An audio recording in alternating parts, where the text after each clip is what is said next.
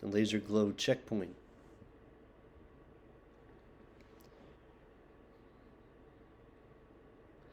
So you can already see it's not going to be just about creating our shape and adding a laser-like glow.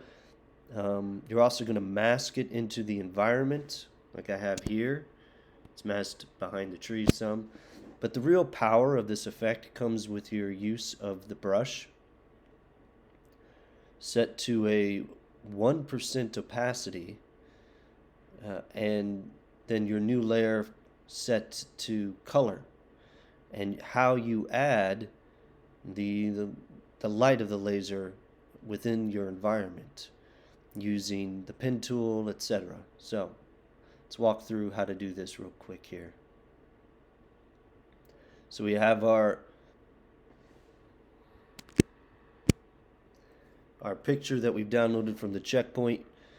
Don't use your pen tool. You can just come here to your shape tool. You can use the polygonal tool.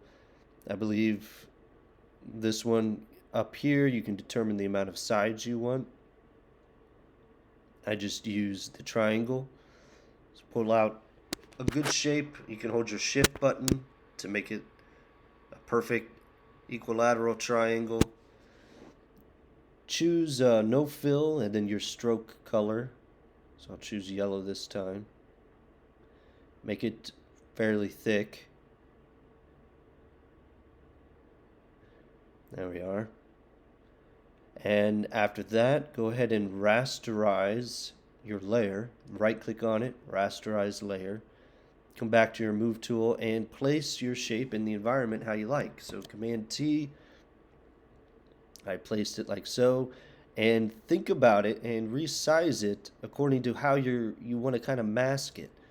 Where a good place to position it, where you can mask it, behind, going in and through the tree branches, behind the tree, etc. So nothing like this, right? Where you're just gonna put it like that, and maybe you'll just mask a little bit there. No, like you're thinking about creating a nice, interesting composition where it's interacting with it. So some actual masking needs to be going on here. All right, so we'll go ahead and add our glow. We're going to right click. It's going to be in a layer effect. So not right click, sorry, double click on your layer.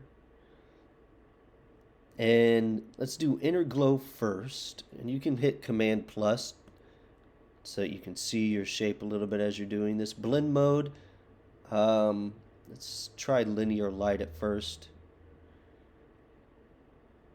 Actually, let's do normal, see if we can't see it a little bit better. Okay. So put the choke down. We'll set this at white for now.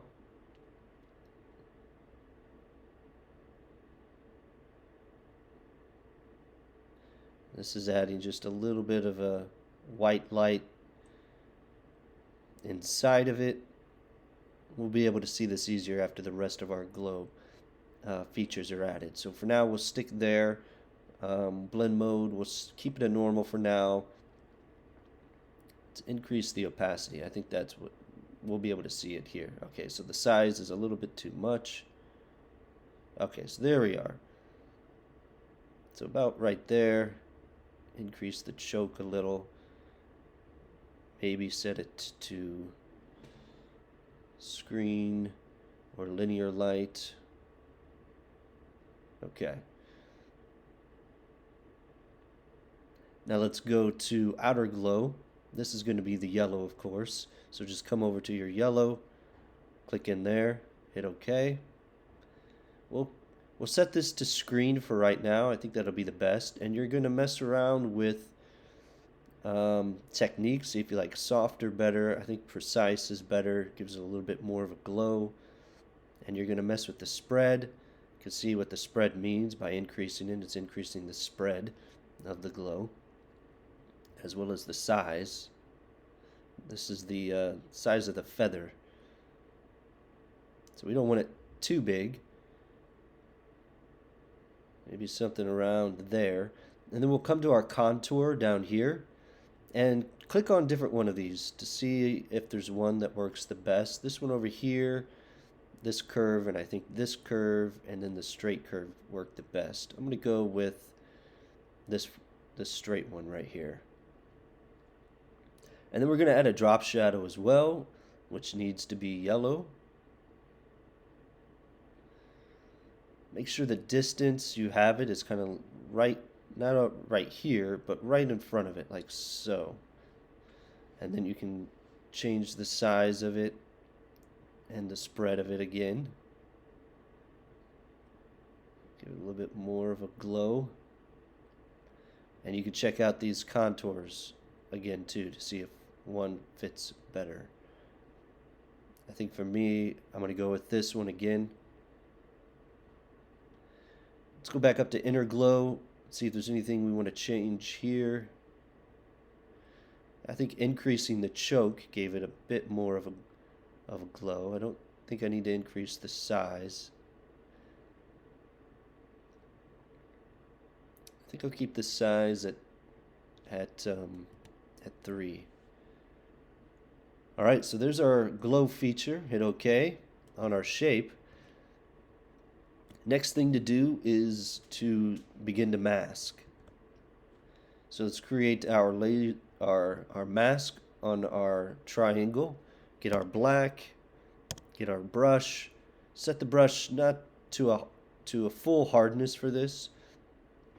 And you probably won't have to create selections for this. You can just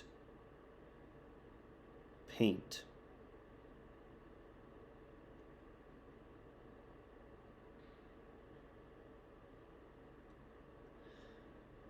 Alright, I think I need to bring my flow up to 100%. There we go. So bring your flow up to 100% as you're painting it behind the areas here. And obviously this is okay, right? The laser is behind it, but some of that glow is on the top and the bottom of the branch. That would be natural. I'll go ahead and paint it out of this. So it's kind of coming up and through there, back down here, maybe behind this branch.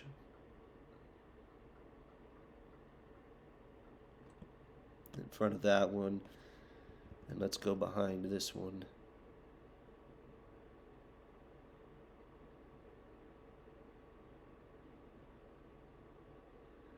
And then back through again there. And I would even come down to these little sticks and whatever from the ground here and make your brush really small, about the size of this area here, and see if painting through there might...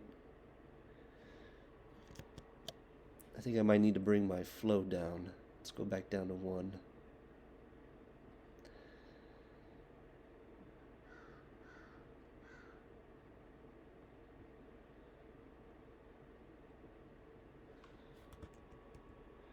I think it looks better with that. It looked okay with the red, but it's just not working so good with the yellow.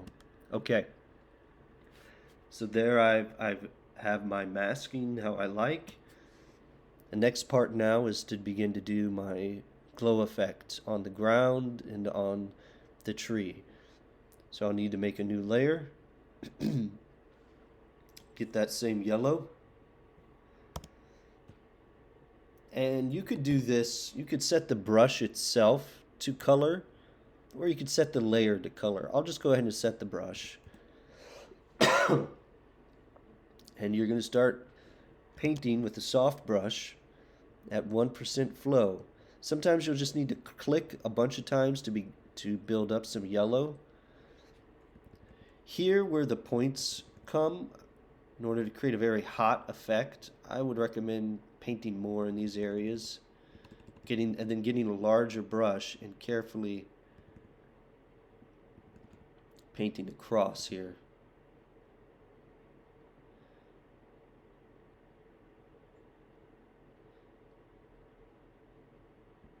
So brighter here.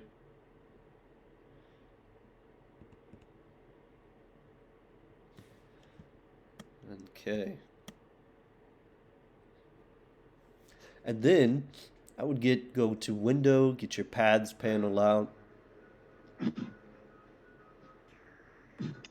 I'll delete these.